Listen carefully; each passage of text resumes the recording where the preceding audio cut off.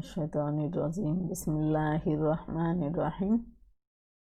Cantonment college Jessore.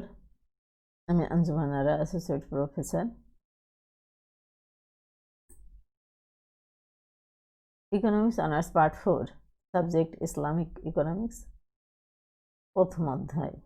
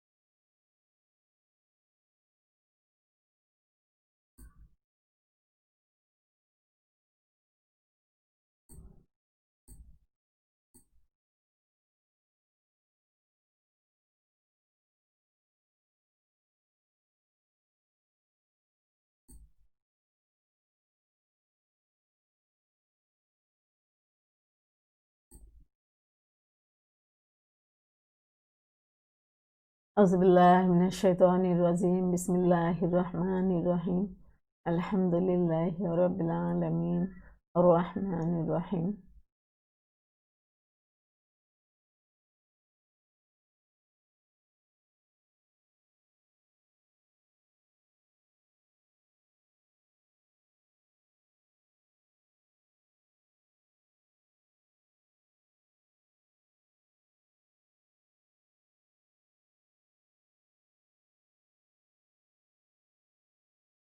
আউযুবিল্লাহি মিনাশ-শাইতানির রাজিম। বিসমিল্লাহির রহমানির রহিম। Cantonment college Jashore, Anjuman Ara, associate professor. Economics honours part 4, subject Islamic economics. এই চ্যাপ্টারের অনেক বিষয় তোমাদেরকে আমি পড়িয়েছি। আজকে পড়াবো ইসলামী অর্থনীতি ও সনাতনী অর্থনীতির পার্থক্য। তার আগে বলো, তোমরা কেমন আছো? আশা করছি তোমরা ভালো আছো, আমিও ভালো আছি। সবাইকে আসসালামু আলাইকুম। আজকে আমি আমার পাঠ শুরু করতে যাচ্ছি, ইসলামী অর্থনীতি ও সনাতনী অর্থনীতির পার্থক্য। অর্থাৎ এতদিন আমরা ইসলামী অর্থনীতির বিশেষ বৈশিষ্ট্য, তার গুণাগুণ, তার বিভিন্ন দিক আলোচনা করেছি। সেই সাথে সনাতনী অর্থনীতি ধনতান্ত্রিক, সমাজতান্ত্রিক ও মিশ্র অর্থনীতিকেও আমরা বিশ্লেষণ করেছি। এতে একদিকে সনাতনী অর্থনীতি বলতে, ইসলামী অর্থনীতি বলতে আমরা বুঝি আল্লাহ প্রদত্ত রাসূল সাল্লাল্লাহু আলাইহি সাল্লাম প্রদর্শিত অর্থ ব্যবস্থাকেই ইসলামী অর্থনীতি বলা হয়। অপরদিকে ধনতান্ত্রিক, সমাজতান্ত্রিক ও মিশ্র অর্থনীতির সমন্বিত রূপকে বলা হয় সনাতনী অর্থনীতি। এখন তাহলে আমরা দেখব যে ইসলামী অর্থনীতি ও সনাতনী অর্থনীতির মধ্যে কি পার্থক্য রয়েছে। ইসলামী অর্থনীতি একদিকে আর অন্যদিকে মানব সৃষ্ট 3 অর্থব্যবস্থাকে একসাথে সনাতনী অর্থব্যবস্থা। অর্থাৎ আমরা আজকে ইসলামী অর্থনীতির সাথে ধনতান্ত্রিক অর্থনীতি, সমাজতান্ত্রিক অর্থনীতি এবং মিশ্র অর্থনীতির পার্থক্য বিশ্লেষণ করব। প্রথমেই আমরা দেখব পার্থক্যগুলো এক এক করে আমি আলোচনা করছি। 1 নম্বর পয়েন্ট তোমরা দেখতে পাচ্ছ। প্রথমেই আমরা দেখতে পাচ্ছি প্রণেতা। ইসলামী অর্থনীতির প্রণেতা সরাসরি স্রষ্টা আল্লাহ পাক রহমানুর রহিম, এবং এটা কোনো মানুষ সৃষ্টি করেননি। এর বক্তব্য, এর স্ট্র্যাটেজি, এর রোল সব কিছুই আল্লাহর প্রদত্ত। এবং এই ইসলামী অর্থনীতির ইসলামী অর্থনীতির প্রণেতা সরাসরি আল্লাহ পাক, এবং কোরআনের মাধ্যমে ও তার রাসূল সাল্লাল্লাহু আলাইহি ওয়াসাল্লাম হাদিসের মাধ্যমে এই ইসলামী অর্থ ব্যবস্থাকে রূপদান করা হয়েছে। আর অন্যদিকে সনাতনী অর্থ ব্যবস্থা, এটা হচ্ছে যে মানব রচিত, কোনো স্রষ্টা রচনা করেননি। এটা মানুষ তার প্রয়োজনে স্বাভাবিক গতিতেই ধনতান্ত্রিক অর্থ ব্যবস্থার জন্ম হয়। সেটিকে কিছুটা প্রত্যাখ্যান করলেও পুরোটা প্রত্যাখ্যান করতে পারে না। নতুন সমাজ ব্যবস্থা সমাজতান্ত্রিক অর্থ ব্যবস্থার জন্ম হয়, সেটাতেও মানুষ সন্তুষ্ট হতে পারে না। তারপরে এখন বিশ্ব মূলত মিশ্র অর্থনীতির উপরেই রয়েছে। এখানেও যে মানুষ সন্তুষ্ট চিত্তে অর্থনীতির সব কার্যাদি বা সব অধিকার বুঝে পাচ্ছে তা কিন্তু পাচ্ছে না। অর্থাৎ ইসলামী অর্থনীতির প্রণেতা স্বয়ং আল্লাহ পাক, আর অন্যান্য অর্থনীতি অর্থাৎ সনাতনী অর্থনীতির প্রবক্তা হচ্ছে মানব, অর্থাৎ মানব রচিত। একটি হচ্ছে স্রষ্টা রচিত আর একটি হচ্ছে মানব রচিত। এটি মৌলিক পার্থক্য। স্রষ্টার মধ্যে সৃষ্টির যতখানি পার্থক্য, এই দুই অর্থব্যবস্থার মধ্যেও ঠিক সে ধরনের পার্থক্য রয়েছে। তাহলে 1 নম্বর পার্থক্য আমরা দেখলাম প্রণেতার পার্থক্য, অর্থাৎ আল্লাহ প্রণীত করেছেন ইসলামী অর্থনীতিকে, আর সনাতনী অর্থনীতি মানুষ প্রণীত করেছেন। এবার 2 মালিকানা সাধারণত আমরা ধনতান্ত্রিক অর্থব্যবস্থায় বলে থাকি সব শক্তির উৎস জনগণ, সব সম্পদের মালিক জনগণ। ওদিকে সমাজতান্ত্রিক অর্থব্যবস্থায় গিয়ে আমরা বলি সব সম্পদের মালিক রাষ্ট্র। আর মিশ্র অর্থব্যবস্থায় এসে আমরা বলি সম্পদের কিছু মালিকানা সরকারের, কিছু জনগণের। কিন্তু ইসলামী অর্থনীতি তার সম্পূর্ণ উল্টো একটি বক্তব্য, যেটি সঠিক বক্তব্য দিয়ে থাকে, সেটি হচ্ছে ইসলামী অর্থনীতি বলে সম্পত্তির মালিকানা স্রষ্টার, সমস্ত সম্পত্তির মালিকানা স্রষ্টার। অর্থাৎ শুধু সম্পদই না, এমনকি মানুষের মালিকানাও স্রষ্টার। অতএব ইসলামী অর্থনীতির যাবতীয় উপকরণের মালিকানা হচ্ছে আল্লাহ পাকের। কারণ তার প্রমাণ, মানুষ আসছে যাচ্ছে, মারা যাচ্ছে, কিন্তু স্রষ্টা অমর, মরেন না। তিনি থাকেন, তার পৃথিবী থাকে, তার সম্পদ থাকে। সম্পদের মালিক মরেন না বলেই অনন্তকালে এই সম্পদের মালিকানা স্রষ্টার। অমর বলেই এই মালিকানা তার অমর, কিন্তু মানুষের মালিকানা আজ আছে কাল নেই। জন্মের সাথে সাথে শ্রমলব্ধ বা উত্তরাধিকারী সূত্রে বিভিন্ন সম্পদের অর্থনৈতিক মালিকানা সে লাভ করে। মৃত্যুর সাথে সাথে তার মালিকানা শেষ হয়ে যায়, তার প্রজন্মের হাতে বা ওয়ারিশের হাতে সেই মালিকানা চলে যায়। আর স্রষ্টা অমর হয়, পৃথিবী তার, পৃথিবীর আসমান জমিনে যা কিছু আছে মাখলুকাতে সব কিছুর মালিকানা আল্লাহর। কারণ আল্লাহ পাকই এসব সৃষ্টি করেছেন এবং আল্লাহ অমর। আল্লাহ থাকেন, তার সম্পদ থাকে, কিন্তু মানুষ থাকে না, তার মালিকানা থাকে না। অতএব ইসলামী অর্থনীতি বলে সব সম্পদের মালিকানা, এমনকি তোমার মালিকানাও স্রষ্টার। আর সনাতনী অর্থনীতি বলে সম্পদের মালিকানা কখনো ব্যক্তির, কখনো সরকারের, মিশ্র হচ্ছে যে মালিকানা। এবার 3 নম্বর হালাল হারাম। অন্য কোনো অর্থনীতিতে হালাল হারামের বিধান নেই। ইসলামী অর্থনীতি হালাল এবং হারামের উপর প্রতিষ্ঠিত। অর্থাৎ হালাল বলতে আল্লাহ পাক সেই রুজি, উৎপাদন, ভোগ ও বন্টনকে হালাল বলেছেন যা জনগণের কল্যাণ রয়েছে, মানুষের কল্যাণ রয়েছে। যাতে অকল্যাণ আছে বলে স্রষ্টা মনে করেন স্রষ্টা সৃষ্টি করেছেন, স্রষ্টাই জানেন কিসে অকল্যাণ আর কিসে কল্যাণ। অতএব স্রষ্টা যাকে হালাল বলেছেন সেটি নিশ্চিত মানুষের জন্য কল্যাণ রয়েছে। আর যেসব উৎপাদন, ভোগ ও বন্টনকে, ব্যবসা বাণিজ্যকে হারাম করেছেন আল্লাহ পাক, তা নিশ্চিতই মানুষের জন্য অকল্যাণ রয়েছে তাতে।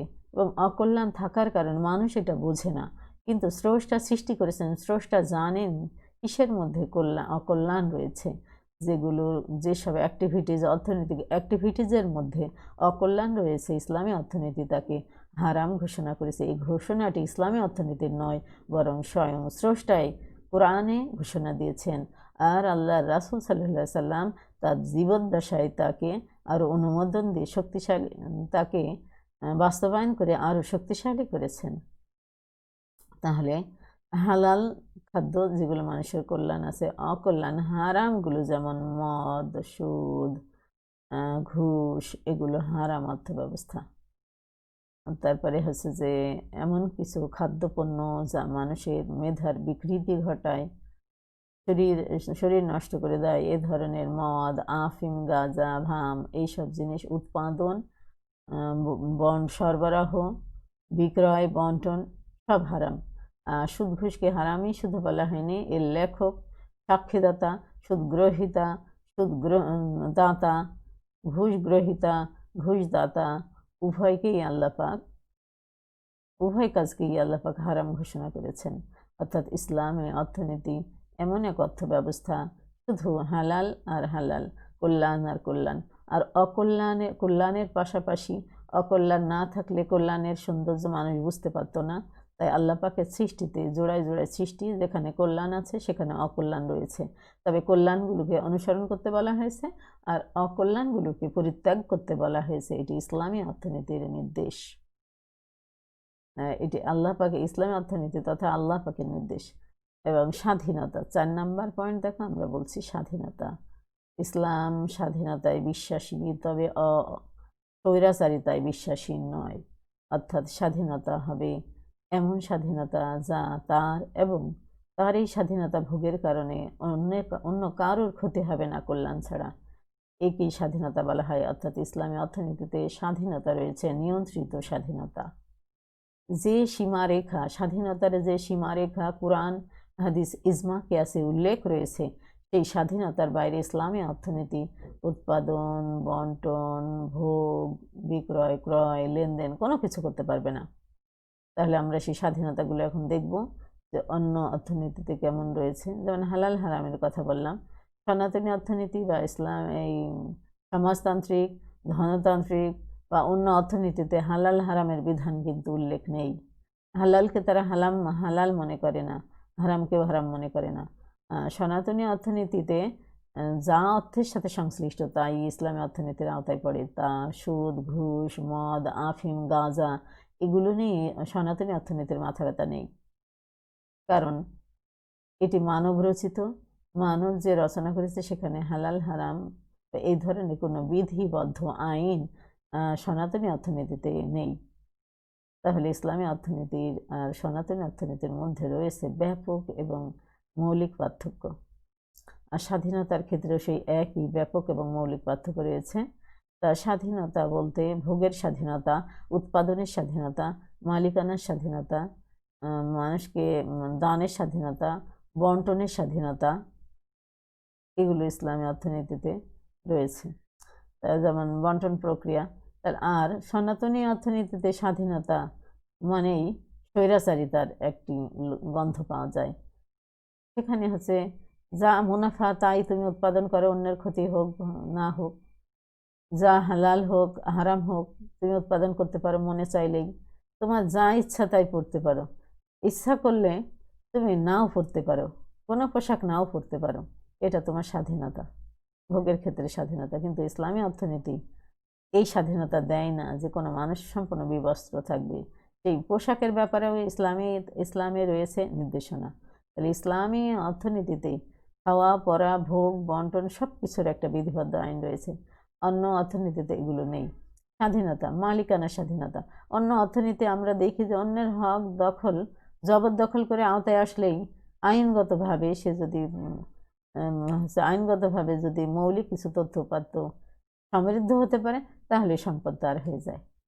কিন্তু ইসলামী অর্থনীতি এইভাবে সহজেই একজনের সম্পদ আর একজনের সম্পদ হতে পারে না। অর্থাৎ ইসলামী অর্থনীতিতে আত্মসাৎ বা অন্যের অধিকার জবরদখলকে হারাম মনে করে, কিন্তু অন্য অর্থনীতি এগুলো মনে করে না।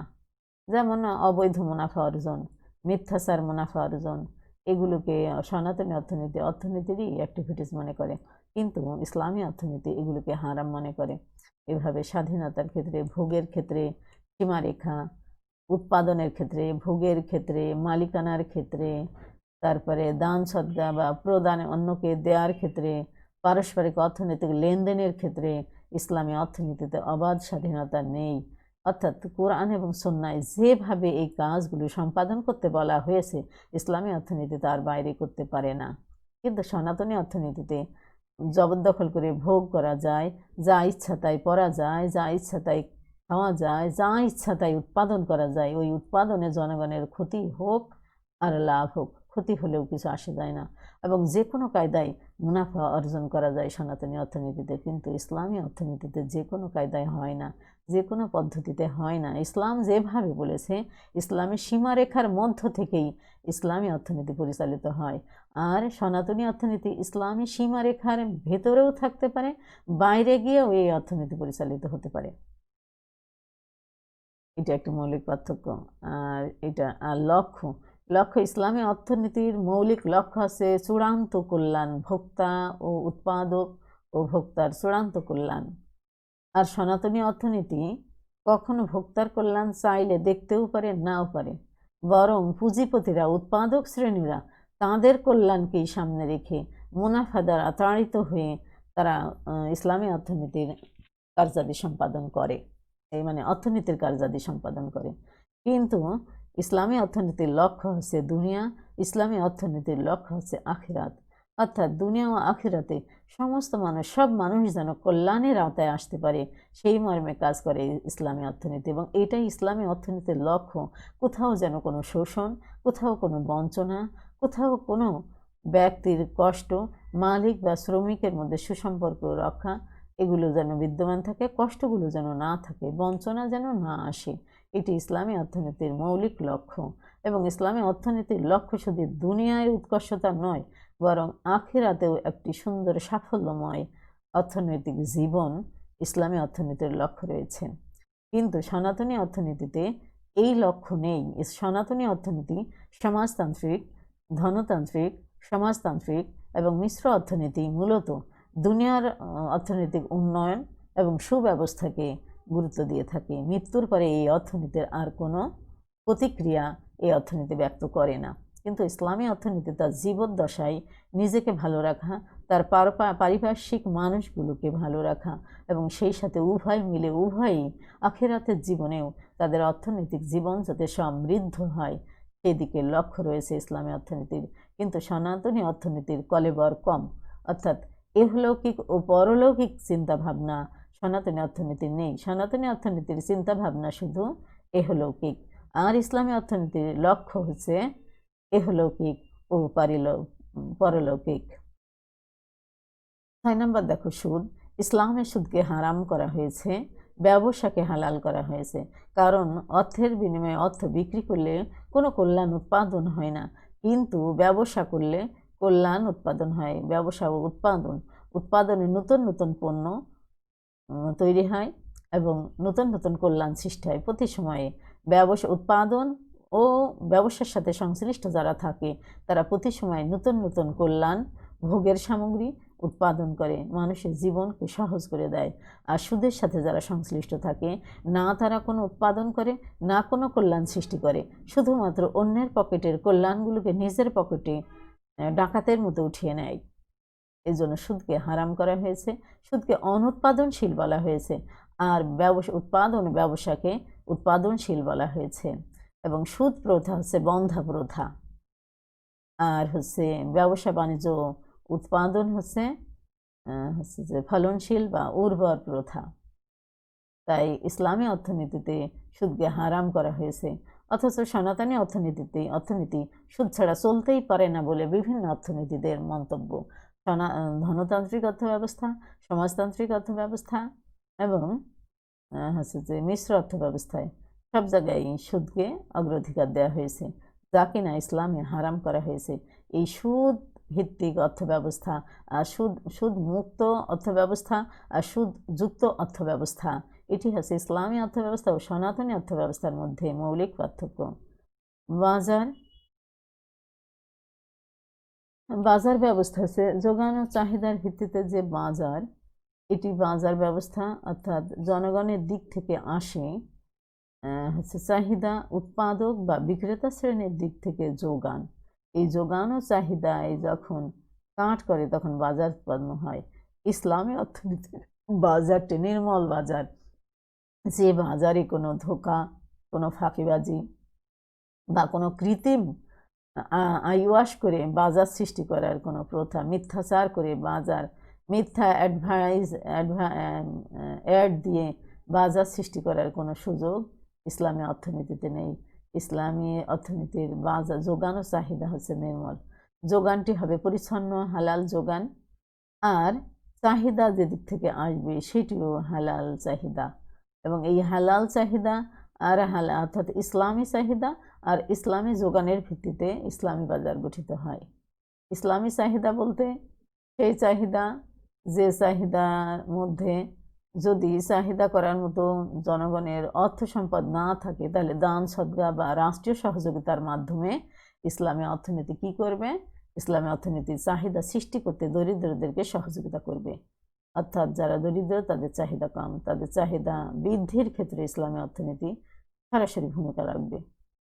আর যোগান দিতে গিয়ে যারা হিমশিম খাবে বা যোগান দিতে পারবে না, তাদেরকে যোগান দেওয়ার মতো অর্থনৈতিক সহযোগিতা বা অর্থনৈতিক বা বিভিন্ন সাপোর্ট দিয়ে ইসলামী রাষ্ট্রের সরকার যোগানদাতাদেরকে প্রয়োজনীয় যোগান দেওয়ার মতো সুব্যবস্থা করে দেবে।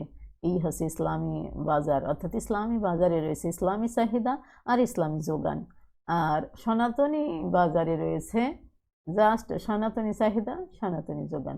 অর্থাৎ যে কোনো অবৈধভাবে আমারিং কাটিং যে কোনো কায়দায় অর্থ সংগ্রহ করে এই চাহিদা সৃষ্টি করা সম্ভব, এটি সনাতনী, আবার বৈধ সম্ভব।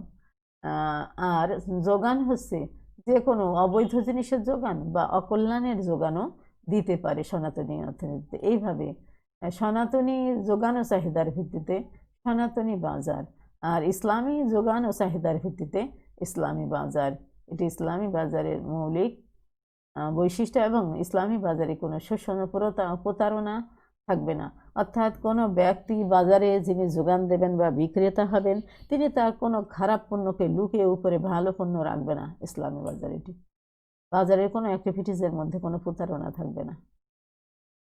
আর তার পণ্যটির দুর্বলতা সে উল্লেখ করবে যে ভাই আমার এই পণ্যটির এই সমস্যা রয়েছে, তুমি নিলে নিতে পারো, না নিলে না নিতে পারো। এভাবে ওপেন হবে যোগান, আর চাহিদার ব্যাপারেও হবে ভালো হালাল জিনিসের চাহিদা। এভাবে ইসলামী যোগান ও চাহিদার ভিত্তিতে বাজার হবে। অর্থাৎ বাজারের ক্ষেত্রেও সনাতনী অর্থনীতি এবং ইসলামী অর্থনীতির মধ্যে রয়েছে ব্যাপক পার্থক্য। এখন দেখো তোমরা যে ৮ সিদ্ধান্ত গ্রহণ, বিভিন্ন সিদ্ধান্ত গ্রহণ করবে অর্থনীতি। উৎপাদন ও ভোগ বন্টনের ক্ষেত্রে ভোক্তার যেমন সিদ্ধান্ত গ্রহণ রয়েছে, উৎপাদকেরও সিদ্ধান্ত গ্রহণ রয়েছে। ইসলামী অর্থনীতির সিদ্ধান্ত গ্রহণ হবে কোরআন হাদিস ও সুন্নাহর আলোকে, কোরআন হাদিস সুন্নাহ ইজমা কিয়াসের আলোকে বিভিন্ন সিদ্ধান্ত গ্রহণ হবে। কি উৎপাদন করবে, কিভাবে উৎপাদন করবে, কাদের জন্য উৎপাদন করবে, কিভাবে বন্টন হবে, কিভাবে বিক্রি হবে, কিভাবে সর্বোচ্চ কল্যাণ হবে ভোক্তা ও উৎপাদকের, এভাবে সিদ্ধান্ত গৃহীত হয়। আর সনাতনী অর্থব্যবস্থায় সিদ্ধান্ত গ্রহণ করে উৎপাদক শ্রেণী শুধুমাত্র তাদের সুবিধার্থে। জনগণের কল্যাণ দেখলেও দেখতে পারে, নাও দেখতে পারে, কারণ তারা মুনাফা দ্বারা তাড়িত হয়। এই জন্য সিদ্ধান্ত গ্রহণের ক্ষেত্রে ইসলামী সিদ্ধান্ত গ্রহণ কোরআন সুন্নাহর আলোকে হবে, আর সনাতনী সিদ্ধান্ত গ্রহণ হবে তাদের সুবিধা অসুবিধার ভিত্তিতে, অর্থাৎ উৎপাদক শ্রেণী বা ভোক্তার সুবিধা অসুবিধা তারা নিজেরা বিবেচনা করবে। আর ইসলামী অর্থনীতির সিদ্ধান্ত গ্রহণ এখানকার ভোক্তা বা উৎপাদকেই নিজের মতো সিদ্ধান্ত গ্রহণ করতে পারবে না, বরং কোরআন সুন্নাহ ইজমা এবং কিয়াসের আলোকে তাকে সিদ্ধান্ত গ্রহণ করতে হবে। অতএব আমরা দেখছি এই সিদ্ধান্ত গ্রহণ ও গৃহীত সিদ্ধান্ত ইসলামী অর্থনীতি থেকে সনাতনী অর্থনীতির সম্পূর্ণ ভিন্নতর।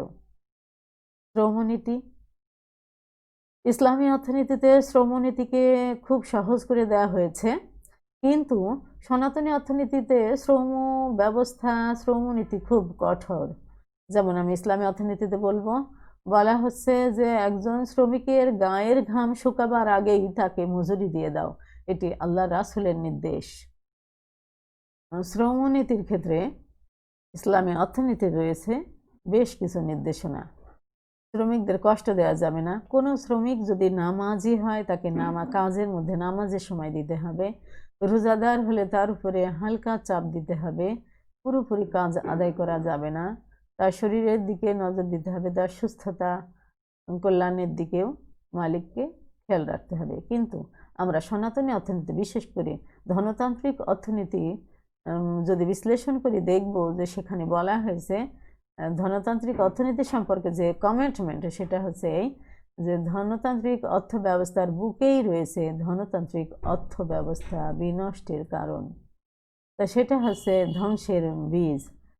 তাহলে ধনতান্ত্রিক অর্থ ব্যবস্থার মধ্যেই নিহিত রয়েছে ধনতান্ত্রিক ধ্বংসের বীজ, সেটি ছিল মূলত শ্রম শোষণ।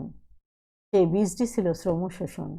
ধনতান্ত্রিক অর্থ ব্যবস্থায় শ্রমিকদের অতিরিক্ত সময় কাজ করিয়ে নেওয়া হতো, অধিক কর্ম আওয়ার কাজ করিয়ে নেওয়া হতো, মজুরি দেওয়া হতো কম, তাদের শারীরিক অসুস্থতাকে মূল্যায়ন করা হতো না, তাদের প্রতিষ্ঠানে কাজ করতে গিয়ে অক্ষমতা আসলে তাদেরকে ছাঁটাই করে দেওয়া হতো, তাদের চাকরির নিরাপত্তা ছিল না, জীবনের নিরাপত্তা ছিল না, হচ্ছে যে মজুরির নিরাপত্তা ছিল না, মজুরির ক্ষেত্রে দর কষাকষির কোনো সুযোগ ছিল না। আলোভা সব দিক থেকে শ্রমিক শ্রেণী ছিল ধনতান্ত্রিক অর্থব্যবস্থায় নির্যাতিত। আর এই শ্রম শোষণ বন্ধ করার জন্যই জন্ম নিয়েছিল হচ্ছে যে সমাজতান্ত্রিক অর্থব্যবস্থা। যদিও সমাজতান্ত্রিক অর্থব্যবস্থা সেই শ্রম শোষণ বন্ধ করতে পারেনি, বরং এটি নতুন প্রক্রিয়ায় আরও উন্নত মানের মাত্রায় শ্রম শোষণ শুরু হয়েছিল। যাই হোক, তাহলে আমরা এখন দেখছি যে ইসলামী অর্থনীতিতে শ্রমিকদের প্রতি শ্রমিক এবং মালিকের মধ্যে একটা সুসম্পর্ক, দয়া সম্পর্ক, শ্রদ্ধার সম্পর্ক, কল্যাণের সম্পর্ক, সহমর্মিতার সম্পর্ক, সহনশীলতার সম্পর্ক শ্রমনীতির ক্ষেত্রে। কিন্তু এই মৌলিক নীতি হচ্ছে যে সনাতনী অর্থনীতি বা সমাজতান্ত্রিক বা মিশ্র অর্থনীতিতে নেই। অর্থাৎ শ্রমিকদের যতটা সর্বোচ্চ কল্যাণ দেওয়া সম্ভব ইসলামী অর্থনীতি মনে করে যে সেই সর্বোচ্চ কল্যাণ তাদের কাছে পৌঁছে দিতে হবে। কিন্তু কল্যাণ প্রদানের ব্যাপারে লিখিত কোনো আইন বা এ ধরনেরই অন্যান্য অর্থনীতিতে দেখা যায় না। আছে ন্যূনতম একটি কল্যাণের আধুনিক মিশ্র অর্থনীতিতে দেখা যায় যে এখনকার কল্যাণ সরকারগুলো কিছু কিছু কল্যাণের কথা বলেন, তারপরেও বলা থাকে, খাতা কলমে থাকে, বাস্তবে সেসব কল্যাণ বা শোষণ বন্ধের রূপ হচ্ছে বাস্তব রূপ লাভ করে না। বেশিরভাগ ক্ষেত্রেই, কিছু কিছু ক্ষেত্রে করে হয়তো বা। তাহলে আমরা দেখছি শ্রমনীতির ক্ষেত্রেও রয়েছে ইসলামী অর্থনীতি থেকে অন্য অর্থনীতির পার্থক্য। 10 হচ্ছে জবাবদিহিতা। অন্য অর্থনীতিতে কোনো জবাবদিহিতা নেই, ইসলামী অর্থনীতিতে জবাবদিহিতা রয়েছে। এই জবাবদিহিতা দুনিয়ায় রয়েছে, আখিরাতেও রয়েছে। ইসলামী অর্থনীতিতে কিছু কিছু জবাবদিহিতা থাকলেও সেটি শুধু দুনিয়ার জিন্দিগিতে, কিন্তু এই অন্যান্য সনাতনী অর্থনীতিতে আর ইসলামী অর্থনীতিতে যে জবাবদিহিতা এ লৌকিক ও পারলৌকিক জবাবদিহিতা।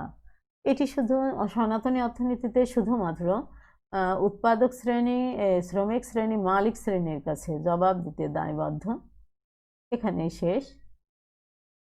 আর ইসলামী অর্থনীতির দায়বদ্ধতা শেষ হয় না, ইহলৌকিক অর্থনীতির ক্ষেত্রে জবাবদিহিতা রয়েছে।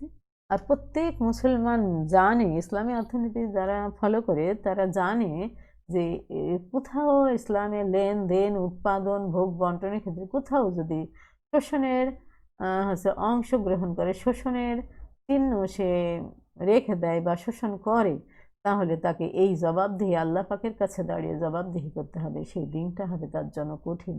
অতএব যে মুসলমান ভোক্তা বা প্রডিউসার বা কনজুমার, অর্থাৎ মুসলিম প্রডিউসার বা কনজুমার ভালোভাবেই জানে যে দুনিয়া জীবনে যেমন রয়েছে জবাবদিহিতা, তা আখিরাতের আদালতে তাকে দাঁড়িয়ে প্রত্যেকটি উৎপাদন, ভোগ বন্টন বা পারস্পরিক লেনদেনের ব্যাপারে তাকে জবাবদিহি করতে হবে। যেমন বলি, জবাবদিহিতা নিজের আয়ের ক্ষেত্রেও নিজের জবাবদিহিতা থাকবে আখিরাতে। যেমন বলা হয়েছে যে তাকে সেদিন প্রশ্ন করা হবে, তুমি কোন পথে আয় করেছো। এই প্রশ্নের জবাব না দিয়ে তাকে কিয়ামতে আখিরাতে এক পা নড়তে দেওয়া হবে না।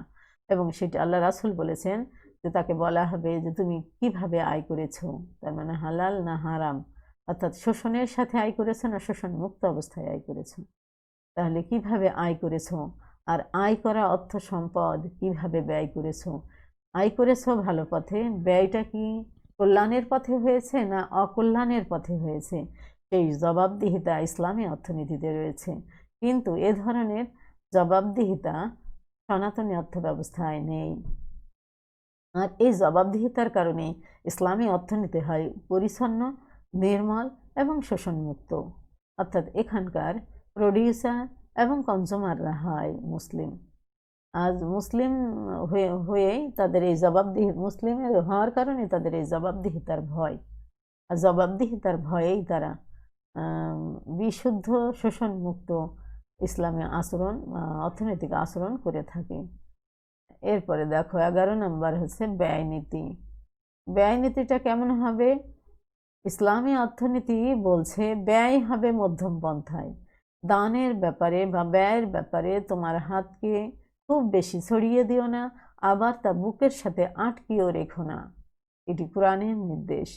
তাহলে কি হলো, ব্যয় করবে একজন ব্যক্তি মধ্যম পন্থায়, ব্যয়ের সাথে সংশ্লিষ্ট ভোগ, ভোগ হবে তার মধ্যম পন্থায়।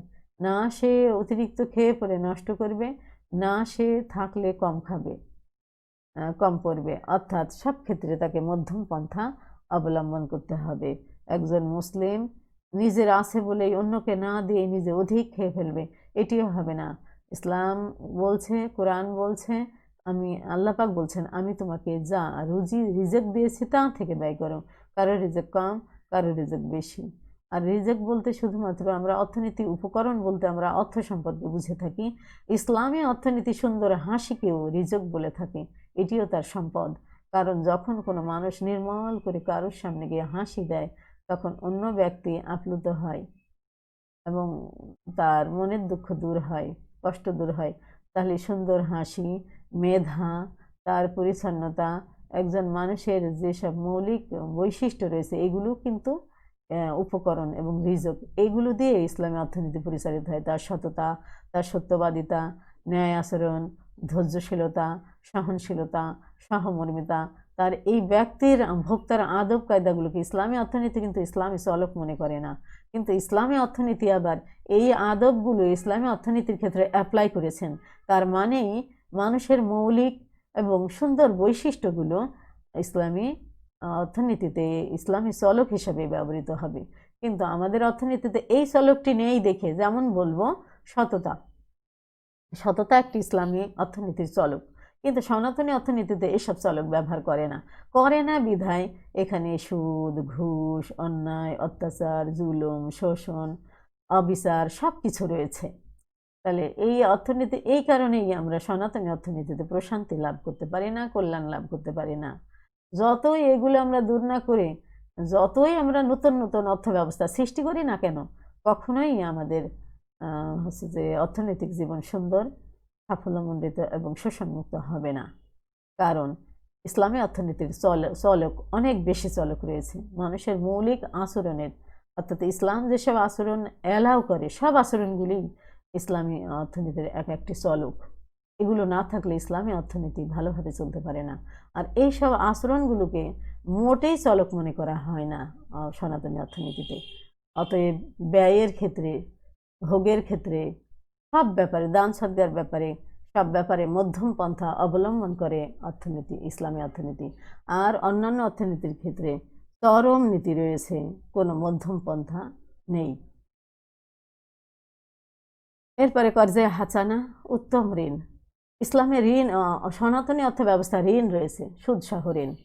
আর ইসলামী অর্থব্যবস্থায় রয়েছে কর্জে হাসানা।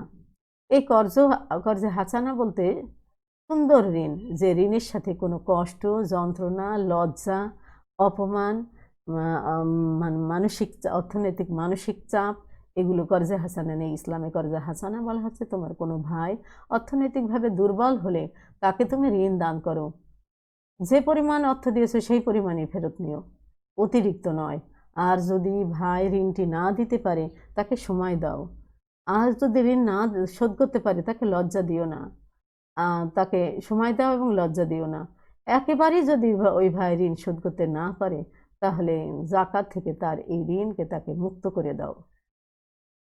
এই ঋণকে কর্জে হাসানা বলা হয়েছে। অর্থাৎ ধনী ভাইয়ের কাছে দরিদ্র মুসলিম ভাই এটি আশা করতেই পারে। এবং আল্লাহ পাক নিজেও কর্জে হাসানা সম্পর্কে কোরআনে বলেছেন, কে আছো তোমরা আমাকে কর্জে হাসানা দেবে, আমি তা তোমাদেরকে দুর্দিনে বহু গুণ করে ফিরিয়ে দেব। অর্থাৎ এই কর্জের হাসানার রিয়াকশন বা প্রভাব শুধু দুনিয়ার জিন্দিগিতে নয়, আখিরাতেও রয়েছে। আল্লাহ পাক অভাবী নন যে তার ঋণ লাগবে, কর্জ লাগবে। অর্থাৎ এই কর্জটি আল্লাহ পাক চেয়েছেন তার বান্দাকে দুর্দিনে সাফল্যমণ্ডিত করা এবং তা বহু গুণে উপহার হিসাবে ফেরত দেওয়া। ব্যাংকে ব্যালেন্স রাখলে যেমন অতিরিক্ত পাওয়া যায়, তার হিসেব আছে, কিন্তু আল্লাহকে কর্জে হাসানা দিলে তা কি পরিমাণ ফেরত আসবে তার কোনো হিসেব নেই। আর কর্জে হাসানা বলতে ধনীদের কাছে আল্লাহ তার গরিব বান্দাদের জন্য সাহায্য প্রার্থনা করেছেন। নিজে দিতে পারেন, কিন্তু বান্দাকে কতটুকু দেন, কিভাবে কর্জে হাসানা দেন, বান্দাকে পরীক্ষা করার জন্য এই দায়িত্ব আল্লাহ পাক বান্দার হাতে দিয়েছেন। আল্লাহ পাক এই দায়িত্ব নিজেই হাতে তুলে নিলে কোনো বান্দার অভাব থাকতো না, কারণ আল্লাহর ভাণ্ডারে কম নেই। দুনিয়ার সবার চাহিদা যদি আল্লাহ পাক পূরণও করে দেন, তারপরেও আল্লাহর ভাণ্ডারে এক রতিও সম্পদ কমবে না। তাহলে সেই আল্লাহ কেন নিজে দরিদ্রের অভাব দূর না করে বান্দার হাতে এই দায়িত্ব দিলেন? মূলত বান্দাকে পরীক্ষা করার জন্য, যে বান্দা আসলে কিভাবে তার অন্য বান্দার হক আদায় করে, তার অন্তর পরীক্ষা করার জন্য আল্লাহ পাক এই কর্জে হাসানার ব্যবস্থা করেছেন এবং কর্জে হাসানা দিতে বলেছেন। তাহলে দুনিয়ার জিন্দেগিতে আমরা অন্য ভাইকে কর্জ দিতে পারি, আর আল্লাহকে কর্জ দিয়ে আখিরাতকে সুন্দর করতে পারি। আবার দুনিয়ায় যে কর্জ দিচ্ছি এটাও সদকা হিসেবে যায়। আমি যখন দুনিয়ায় কর্জ দিচ্ছি তখন আমি নগদ অর্থ ত্যাগ করছি। নগদ অর্থ ত্যাগের মোহ আছে, কষ্ট আছে। আমি কার জন্য করছি? আমি আখিরাতে ভালো থাকার জন্য, আমার মুসলিম ভাইকে ভালো রাখার জন্য, তার অভাব দূর করার জন্য সহমর্মী হয়ে, সহনশীল হয়ে তাকে আমি অর্থ প্রদান করছি, যেন আমার ভাই খেতে পড়তে পারে, ভালো থাকে। অতএব এইভাবে কর্জে হাসানা দুনিয়া ও আখিরাতের জিন্দেগিতে কাজ করে, যা সনাতনী অর্থনীতিতে এই কর্জে হাসানার কোনো নাম গন্ধই নেই। তাহলে কোথায় সনাতনী অর্থ ব্যবস্থা আর কোথায় ইসলামী অর্থ ব্যবস্থা? দান সদকা, দান সদকা এটি ইসলামী অর্থনীতির নির্দেশ, কিন্তু অন্য অর্থনীতিতে দান করা বা সদকা করার জন্য কোনো প্রসঙ্গই নেই, কারণ এটি মানব রচিত। মানুষ শুধু নিজের স্বার্থটি বোঝে, মানুষ একান্ত নিজেকে চেনে, পাশের ব্যক্তিকেই আর খুব বেশি চেনে না। অতএব এই দান সদকা আল্লাহ পাক নির্দেশ দিয়েছেন ধনীদের জন্য বা সামর্থ্যবানের জন্য, বা যার কম আছে তার জন্যও, যার কিছু নেই তাকেও সদকা করতে বলা হয়েছে। সদকা হচ্ছে এটি ফরজ দান নয়, সদকা করলে সে আখেরাতে কল্যাণ প্রাপ্ত হবে, দুনিয়ায় আল্লাহ তার অর্থ সম্পদকে বাড়িয়ে দেবেন, বৃদ্ধি করে দেবেন এই দান আর সদকার মাধ্যমে। জাকাত হচ্ছে ফরজ দান, যা আল্লাহ সরাসরি নির্দেশ, আর এই নির্দেশটি এমন, পারলে দিও তোমার ভালো হবে। আল্লাহ রাসূল বলেছেন যে তোমরা যদি কিছু না থাকে তাহলে একটি খেজুরের অর্ধেক হলো দান করো আর জাহান্নামের আগুন থেকে বাঁচো। একে বলা হচ্ছে দান সদকা। এটা জবরদস্তি করা হয়নি, তবে বলা হয়েছে দান করার জন্য এবং সদকা করার জন্য, তবে একে ফরজ করে দেওয়া হয়নি। তাহলে এই সদকা, দান ও সদকার যে ব্যবস্থাপনা, দান সদকা ফিতর, এইসবের ব্যবস্থা কিন্তু সনাতনী অর্থনীতিতে নেই। তাহলে সনাতনী অর্থনীতি আর ইসলামী অর্থনীতি এটিও আর একটি গুরুত্বপূর্ণ পার্থক্য। সহনশীলতা, সহমর্মিতা। সনাতনী অর্থনীতির মুনাফার তাড়না, মুনাফা অর্জন করতে গিয়ে কেউ নিষ্পেষিত হলো অথবা পদপিষ্ট হলো, না কার মৃত্যু হলো, না কার হাত কাটা গেল, না কার জীবন শেষ হয়ে গেল, না কে মদ খেয়ে হচ্ছে যে মানসিক পঙ্গুত্ব লাভ করলো বা বিকার হয়ে গেল, এগুলো কোনো মানে হচ্ছে যে ধনাত্মক চেতনা, এইসব ধনাত্মক চেতনা সনাতনী অর্থনীতিতে নেই। সনাতনী অর্থনীতিতে লাভ আর লাভ, সম্পদ আর সম্পদের পাহাড়। আর ইসলামী অর্থনীতি সম্পদের পাহাড়ে বিশ্বাসী নয়, কল্যাণে বিশ্বাসী। এই জন্য মুসলিম ভোক্তাদেরকে সহনশীলতা, সহমর্মিতার আচরণ করতে বলা হয়েছে। দরিদ্রের জন্য, উৎপাদকের জন্য, ভোক্তার জন্য, সব শ্রেণীর জন্য, সমাজে যত শ্রেণী রয়েছে তাদের সাথে সহনশীল অর্থনৈতিক আচরণ, সহমর্মী অর্থনৈতিক আচরণ করতে বলা হয়েছে। যেমন ইসলামে হচ্ছে যে দরিদ্রদের জন্য বিশেষ ব্যবস্থা করা হয়েছে, রাষ্ট্রীয় পর্যায়ে তাদের সহযোগিতা করার জন্য বিশেষ নির্দেশও রয়েছে। অর্থাৎ রাষ্ট্রও জনগণের পরে সহনশীল হবে, আর বেসরকারি জনগণও অন্য জনগণের পরে সহনশীল হবে, সহমর্মিতা প্রদর্শন করবে। এটি ইসলামী অর্থনীতি। অন্য অর্থনীতিতে এই সব বৈশিষ্ট্য পাওয়া যায় না। এবং হক আদায়, হকের ব্যাপারে খুব প্রচণ্ড হচ্ছে যে দায়িত্ববোধ সৃষ্টি করার চেষ্টা করা হয়েছে ইসলামী অর্থনীতিতে, যা সনাতনী অর্থনীতিতে এগুলো নেই। অর্থাৎ আমরা দেখছি হক, আল্লাহর হক, হকুল্লাহ, হকুল ইবাদ, হকুল্লাহ আল্লাহর হক, আল্লাহর কিছু হক রয়েছে। আল্লাহ খাওয়াচ্ছেন, পড়াচ্ছেন আমাদের, আল্লাহ আমাদের জীবন দিয়েছেন, আল্লাহ আমাদের বাঁচিয়ে রেখেছেন, সুস্থতা দিয়েছেন, আমরা প্রতি সময় তার উপরে নির্ভর করে চলি। অতএব আল্লাহর প্রতি আমাদের দায়িত্ব রয়েছে। আল্লাহ যেভাবে তার অর্থনৈতিক জিন্দেগি পরিচালনা করতে বলেছেন, যেভাবে তিনি আরও আনুষঙ্গিক কার্যাদি করতে বলেছেন, সেইভাবে করলে আল্লাহর হক আদায় হয়। আল্লাহর কাছে রুকু করা, আল্লাহর কাছে সেজদা করা। এরপর আল্লাহ পাক বলছেন যে তোমরা জমিনে এই হালাল আয়ের জন্য ছড়িয়ে পড়ো। ইসলামী অর্থনীতির নির্দেশ যে তোমরা রুকু করো, সেজদা করো, অর্থাৎ নামাজ আদায় করো, জিকির করো, অর্থাৎ জিকির বলতে এখানে নামাজ বলা হয়েছে, তোমরা আল্লাহর স্মরণ করো, এরপর তোমরা হালাল রুজির সন্ধানে ছড়িয়ে পড়ো। তাহলে দেখো আল্লাহর নির্দেশ হচ্ছে যে তোমরা আল্লাহর কাছে নত হবে, আল্লাহর কাছে প্রার্থনা করবে, আর হালাল রুজির জন্য ছড়িয়ে পড়বে, আল্লাহ তোমাদের রুজির ব্যবস্থা করে দেবেন। তাহলে এটি হচ্ছে আল্লাহর হক। বান্দা তাহলে হকটা আদায় করবে কে? বান্দা। তাহলে বান্দার কর্তব্য আল্লাহর হক আদায় করা। আর আল্লাহর হক হচ্ছে যখন বান্দা আল্লাহর হক আদায় করবে, আল্লাহর হক হচ্ছে, আল্লাহর কর্তব্য হচ্ছে তখন যা যা ওয়াদা করেছে, যেভাবে বান্দাকে চলতে বলেছে না, যখন যেভাবে আল্লাহ ওয়াদা করেছেন তা বাস্তবায়ন করা, সহযোগিতা করা আল্লাহর দায়িত্ব।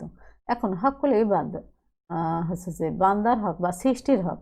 সৃষ্টির হকের মধ্যে প্রথম হকটি হচ্ছে নিজের। মানুষ নিজেকে সৎ, সুন্দর, সুস্থ রাখবে, প্রবঞ্চনা থেকে বেঁচে থাকবে, না কাউকে প্রবঞ্চিত করবে, না নিজে প্রবঞ্চিত হবে, অর্থাৎ নিজের হক আদায় করবে, না নিজেকে আত্মহত্যা করে শেষ করে দেবে, না নিজের পরে কোনো দেহের পর জুলুম করবে, না তার আত্মার পর জুলুম করবে, না তার মনের পরে জুলুম করবে। আল্লাহ সব ধরনের জুলুমকে হারাম করেছেন। এই মর্মে আত্মহত্যা একটি বড় জুলুম, তাকেও আল্লাহ হারাম করেছেন। অর্থাৎ নিজেকে খাওয়াবে, পরাবে, সুন্দর রাখবে, নিজে সৎ পথে উপার্জন করে নিজের মুখে রুজি তুলে দাও, এটি হচ্ছে বান্দা নিজের প্রথম হক। এবং নিজ থেকেই হক আদায় শুরু করতে হয়। তারপর নিজের হক আদায়, নিজেকে খাওয়াবে, পরাবে, বৈধ উপার্জন দিয়ে পরিবারকে খাওয়াবে, প্রতিবেশীকে খাওয়াবে, রাষ্ট্রের দায়িত্ব পালন করবে, এমনকি প্রতিবেশী রাষ্ট্র সক্ষমতা থাকলে সারা বিশ্বে সে অর্থনৈতিক দায়িত্ব পালন করতে পারবে। এগুলো হচ্ছে ইসলামী অর্থনীতি হকের ব্যাপারে খুবই গুরুত্ব দিয়েছেন। যেমন হকের ব্যাপারে আল্লাহ রাসূল একবার বলছিলেন যে হকের ব্যাপারে এত গুরুত্ব দিলেন, আল্লাহ জিবরিল আমিন আসলেন এবং হকের ব্যাপারে এত গুরুত্ব দিলেন, আমি ভয় পেয়ে গেলাম, না জানি কবরবাসীকেও এই হকের আওতায় আনা হয়। তাহলে এই কথা দিয়ে আল্লাহ রাসূল বোঝাতে চেয়েছেন ইসলামী অর্থনীতিতে হক কতখানি, প্রতিবেশীর হককে অনেক গুরুত্ব দেওয়া হয়েছে। বলা হয়েছে কারোর প্রতিবেশী যদি অবভুক্ত অবস্থায় রাত্রি যাপন করে, তাহলে ধনী ব্যক্তি কি ইমানদার নয়, ওই ব্যক্তি ইমানদার নয় যার প্রতিবেশী অবভুক্ত অবস্থায় রাত্রি যাপন করে। এভাবে হকের ব্যাপারে সন্তানের হক, বাবার হক, এর মধ্যে রয়েছে হকের ব্যাপারে ওয়ারিশ, অর্থাৎ মিরাজ বন্টন, যা অন্য অর্থনীতিতে বন্টনের কথা এভাবে বলেই না।